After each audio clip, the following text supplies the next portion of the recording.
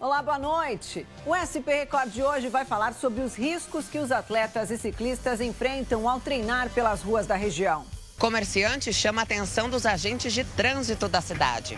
E também aqui no SP Record, saiba os riscos que o descarte errado de remédios pode trazer à população. E vamos falar sobre alimentação saudável. Uma boa dica é aproveitar melhor a oferta de frutas nesta época do ano. O comércio deve contratar 5.000 trabalhadores temporários. Saiba como agarrar esta oportunidade e se efetivar no emprego.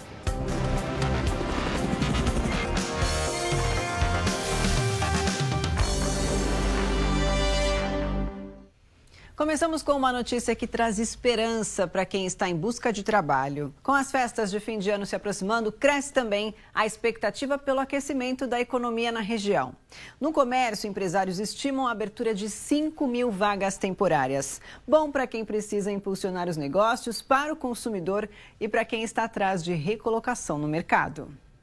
No shopping, o movimento já começou a aumentar e os lojistas estão otimistas. Final do ano chegando sempre dá aquela esperança a mais, né? Feriado agora, daqui pra frente vem novembro, vem Natal, que são épocas que o shopping por si mesmo já tá mais cheio, né? Consequentemente acaba as vendas aumentando, né? A expectativa para este final de ano é de um aumento de 5% nas vendas e também a contratação de 5.000 trabalhadores temporários. A dona desta loja disse que vai reforçar o quadro de funcionários com trabalhadores extras. Esse período é interessante para a gente poder aproveitar essa mão de obra excedente, tem bastante procura. Nós fizemos a primeira contratação já antes, né? Praticamente 3 meses antes. E essa contratação, ela não vai só até as festas. A gente acredita, e historicamente é interessante, janeiro até o carnaval, por causa dos turistas, tem uma movimentação. É sempre bom. Mas como conseguir uma oportunidade? Você precisa cuidar do seu material de apresentação, que é o seu currículo. Um grande material bem elaborado, com até no máximo 2 páginas, com informações importantes sobre as suas atividades e a sua área de atuação, te ajudam a sair em vantagem quando você está buscando alguma recolocação. Também é importante cuidar dos trajes. Então, dependendo da vaga, uma camisa polo é bem-vinda. Se for uma vaga mais gerencial, um blazer é muito bem-vindo também. E, principalmente, que você treine o seu discurso para que você consiga entender os seus pontos fortes e explorar isso em uma entrevista de emprego. Muitas empresas acabam aproveitando essa mão de obra temporária, mas para isso o funcionário tem que se destacar. A sua mentalidade, ela não pode ser de um funcionário temporário, mas sim de um colaborador efetivo, que são aqueles que normalmente entregam mais valor para a empresa. Eu costumo dizer que ninguém gosta de perder bom funcionário. Então, se for preciso, o empregador pode até abrir uma nova vaga para poder aproveitar essa pessoa que se saiu tão bem durante o período temporário. A gente sempre procura um talento, né? Às vezes, quando é legal, porque a gente chama aqui de loteria, né? Você encontrar um lugar onde você se encaixe para trabalhar e a equipe que já está no local também aceitar essa nova pessoa. Quando dá certo, é muito legal e aí a efetivação acontece. Olha, o projeto de lei que destinava 15% da verba dos vereadores de Santos para a educação voltou para a Comissão de Justiça e Redação. 3 emendas alteraram o texto do projeto original. Uma delas seria para reduzir o valor do repasse para 5%. Por 19 votos contra, os vereadores decidiram mandar a proposta para nova análise. A expectativa é de que a nova votação seja ainda neste ano. 3 pessoas foram presas na região nesta terça-feira durante operação conjunta da Polícia e da Receita Federal. As ações foram batizadas de Oceano Branco e Contentor e investigam desde o ano passado o tráfico internacional de drogas em portos de Santa Catarina. A cidade de Santos foi incluída no trabalho da polícia porque muitos destes navios fazem escala por aqui. Em toda a Baixada Santista foram cumpridos 6 mandados de busca e apreensão. A delegacia da Polícia Federal da região acompanhou os trabalhos, mas não pôde passar mais informações sobre o caso, que é coordenado pela delegacia da cidade catarinense de Itajaí. Em Santa Catarina, Rio Grande do Sul, São Paulo, Pernambuco, Paraíba e Rio de Janeiro foram cumpridos No total, 104 mandados. Durante as operações, foram apreendidos documentos e até carros de luxo, além de 60 mandados de prisão expedidos. Imagens gravadas com o celular mostram o momento em que um dos contêineres é aberto. Dentro dele havia grande quantidade de cocaína. 10 toneladas de drogas foram apreendidas em 2 operações conjuntas, da Polícia e da Receita Federal. Olha, no começo da semana, nós divulgamos aqui a morte de um paratleta que foi atropelado ao atravessar uma rua em Praia Grande. A insegurança nas ruas é um tema muito comum também na vida dos ciclistas, principalmente para aqueles que fazem este tipo de treino. A nossa equipe conversou com alguns para questionar a segurança nas ruas. Mas, afinal, onde estão as falhas? Para ter uma bike assim, o Jefferson demorou muito tempo. As peças foram compradas aos poucos. Eu, quando comecei com um quadro de ferro e hoje eu tenho uma bicicleta que ela é totalmente de fibra de carbono. Cada peça dessa bicicleta minha, ela tem um pedacinho de mim. Eu me empenhei para que ela fosse construída da maneira que eu quero. Muitos ciclistas, seja amador ou profissional, gostam de ter uma bicicleta adequada para treinos, ou mesmo para andar por aí quilômetros e quilômetros, pois é aí que está o problema. Eles não têm outra opção de lugar a não ser as ruas. Em Santos, um trecho de 1 quilômetro da avenida fica interditado, mas só de terça e quinta-feira das 4 às 6 da manhã. Em outros lugares você tem até velódromos, né?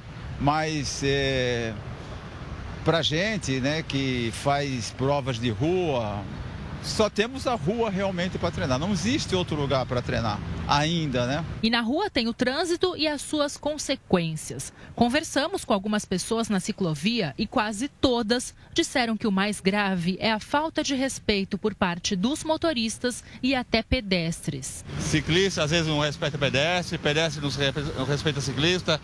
E motorista também não respeita, é vice-versa. O Romeu é professor de ciclismo. O cuidado e a prudência que se devem ter na hora de pedalar são assuntos que ele comenta durante as aulas. O problema é bom senso. Se usar o bom senso, não precisa nem conhecer das leis. Você acha que às vezes pela falta de educação, um trânsito, um acidente pode acontecer? Bastante. Para fugir disso tudo, o jeito é vir para cá, para a estrada. O refúgio de muito ciclista que quer pedalar por uma extensão maior. Mas tem dois lados. É bom para o treino e muito ruim quando falamos em segurança. O ciclista Cláudio Clarindo é um caso a ser relembrado. Ele também foi vítima de um atropelamento. Morreu a caminho do hospital depois de ser atingido na rodovia por um carro que vinha no sentido contrário dele. Se houvesse uma sinalização, por exemplo, ao longo das vias, hoje, quando a gente vai para Rio Santos, já existem aqueles outdoors, já existem aqueles luminosos, né? Cuidado, ciclistas na rodovia. Então já é um alerta para o motorista. Ele não vai se assustar se vê alguém fantasiado de ciclista lá. Ele sabe que talvez ele encontre. É preciso estar atento. E no próximo bloco vamos falar sobre o Carnaval de Santos. Hoje acontece o sorteio da ordem de apresentação das escolas de samba. E o que se faz com os remédios que estão vencidos? Por terem substâncias químicas, os medicamentos não podem ser jogados no lixo comum. A gente te explica como fazer o descarte correto daqui a pouquinho.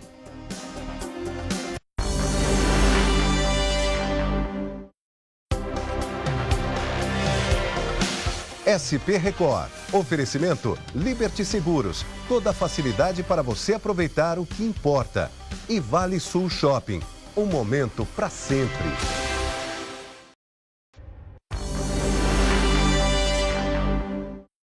E já estamos de volta e hoje vai ser definida a ordem dos desfiles das escolas de samba de Santos em 2018. A repórter Valéria Chagas está no local onde acontece o evento e tem os detalhes pra gente. Boa noite, Val.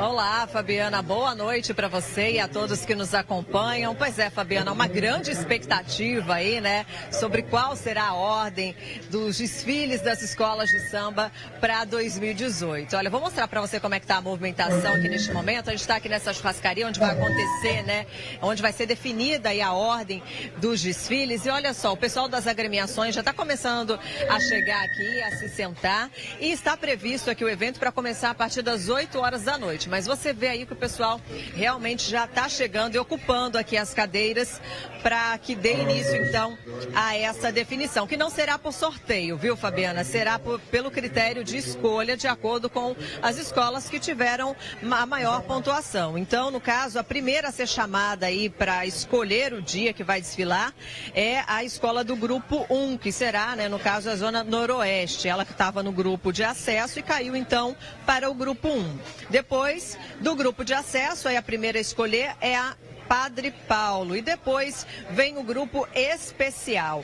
A primeira a escolher, então, do grupo especial é a campeã, né, do Carnaval de 2017, a X9, portanto. Então, Fabiana, para 2019, eu conversei aqui com os integrantes da Liga das Escolas de Samba. Para 2019 será o critério de sorteio, mas agora para o Carnaval, em 2018, será aí o critério, então, da escolha, né? As escolas vão ter a oportunidade de escolher. Lembrando, Fabiana, que este ano, né, no ano de 2018, os desfiles vão acontecer somente na sexta e no sábado. Isso porque não vai ter mais desfile no domingo. A justificativa da prefeitura é que domingo é um dia de pouco movimento, né? Claro que com isso a prefeitura também vai economizar bastante, então vai investir mais aí nos 2 dias de maior movimento, que é, no caso, na sexta e no sábado, viu, Fabiana? Então, muita expectativa por aqui. Você vê aí que os integrantes já estão chegando e, portanto, é um mistério aí essa ordem das escolas de samba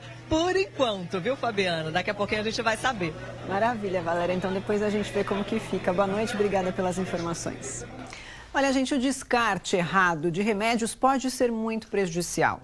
E em Santos, as unidades de saúde que já arrecadam a medicação vão ter que fazer campanhas para orientar melhor a população.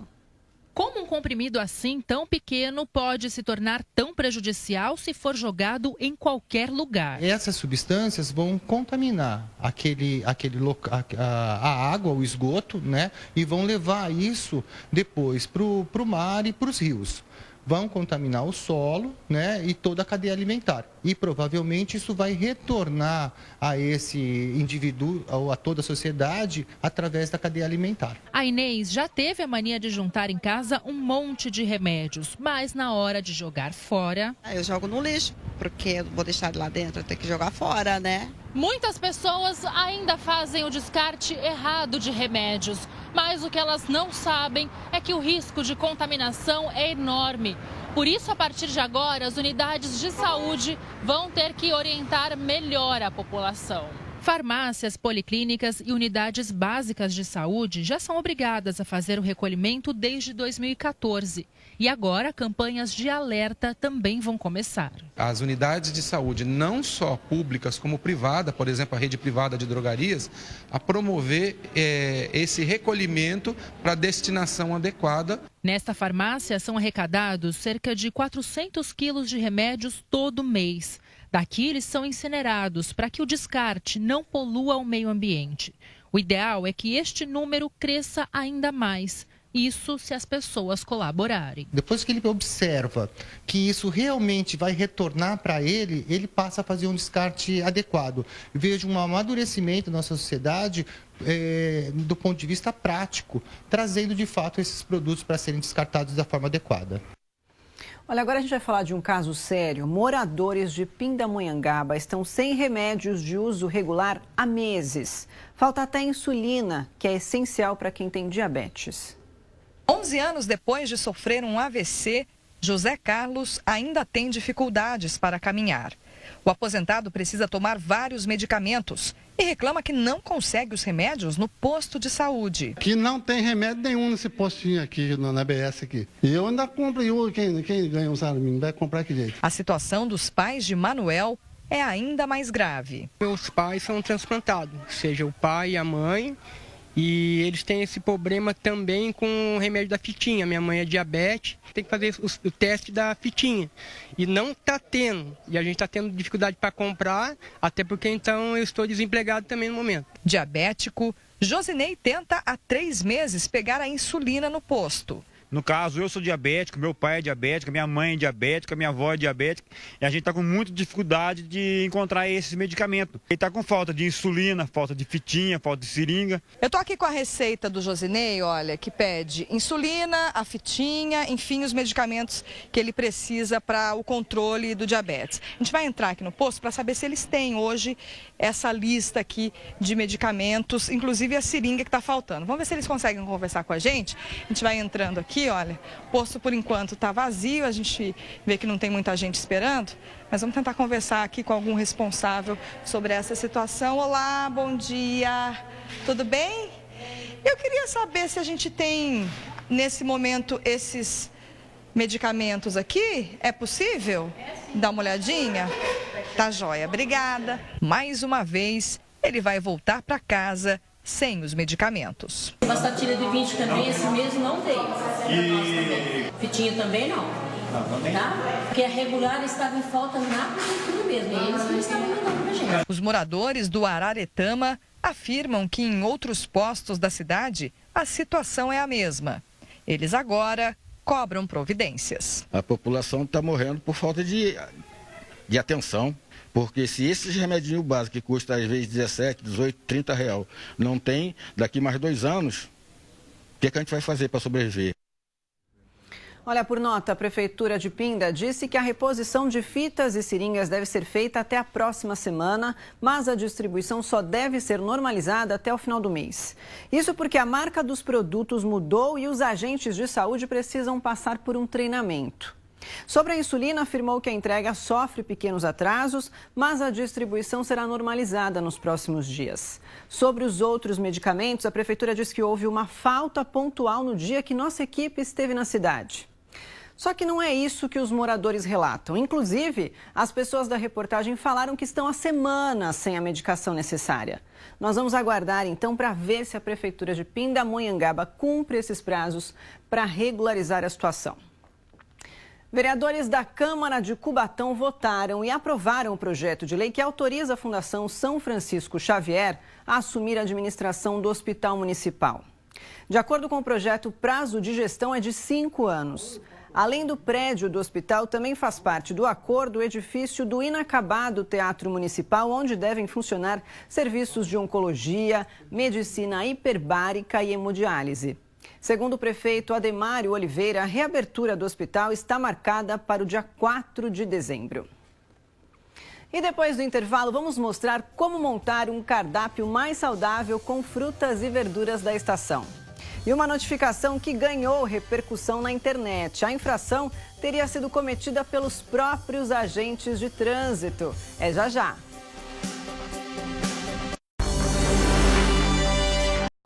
SP Record. Oferecimento Liberty Seguros. Toda a facilidade para você aproveitar o que importa. E Vale Sul Shopping. Um momento para sempre.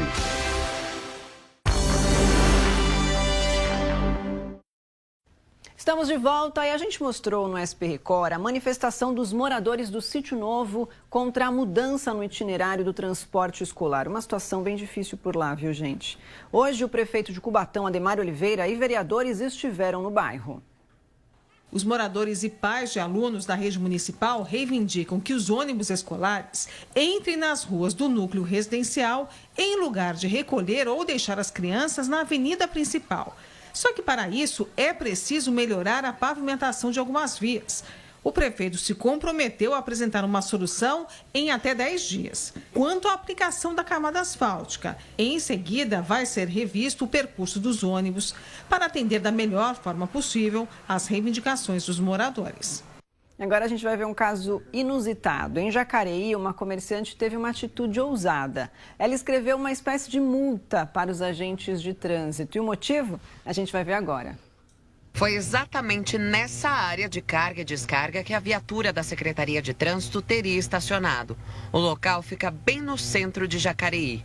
Comerciantes contaram que a viatura passou cerca de 5 horas parada nesse local.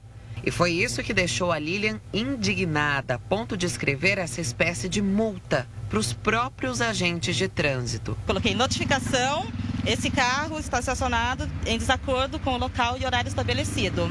Você foi multado, Lilian, coloquei beijo, me liga. Ela tirou uma foto do recado e postou nas redes sociais. Não demorou muito e a imagem foi visualizada e compartilhada por milhares de pessoas. A atitude da Lília despertou a admiração dos vizinhos. E que sirva de alerta para que todo mundo entenda que o respeito de cada um termina quando começa o do outro. O Código de Trânsito Brasileiro prevê que viaturas desse tipo possam estacionar e circular da maneira que quiserem. Em nota, a Diretoria de Trânsito aqui de Jacareí explicou que os agentes estacionaram aqui porque precisavam ir até uma delegacia que fica a menos de 100 metros deste local para tratar de assuntos referentes à fiscalização. Mas para esses vizinhos, a atitude dos agentes de trânsito foi interpretada como um abuso, principalmente porque os motoristas que precisaram utilizar o local para carga e descarga foram prejudicados. Todo mundo precisa cumprir os seus deveres e a prefeitura precisa dar exemplo, né? Então, um lugar que dificulta o abastecimento, né, do comércio, né, carga e descarga, então 6 horas atrapalhou muitos os comerciantes. E a atitude dela foi, sim, exemplar, que todos pratiquem essa espontaneidade, essa alegria e eduquem. Meu objetivo não foi fazer o mal para eles, né, foi tipo um alerta. Do mesmo jeito que eles podem, né, fazer conosco, né, multar, a gente também tem que alertar para eles também andarem certo.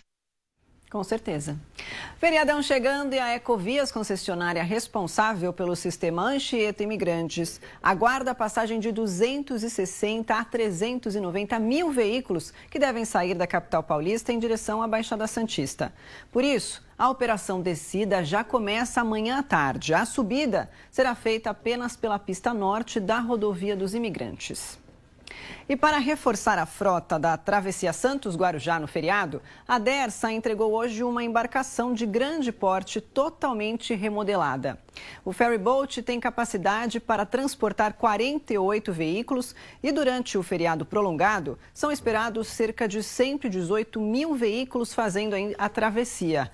Na embarcação foram substituídas as chapas de aço, a pintura foi refeita e houve a renovação dos sistemas elétrico, eletrônico, hidráulico e o sistema propulsor. Além disso, foram instalados novos equipamentos de salvamento como boias, botes e coletes salva-vidas.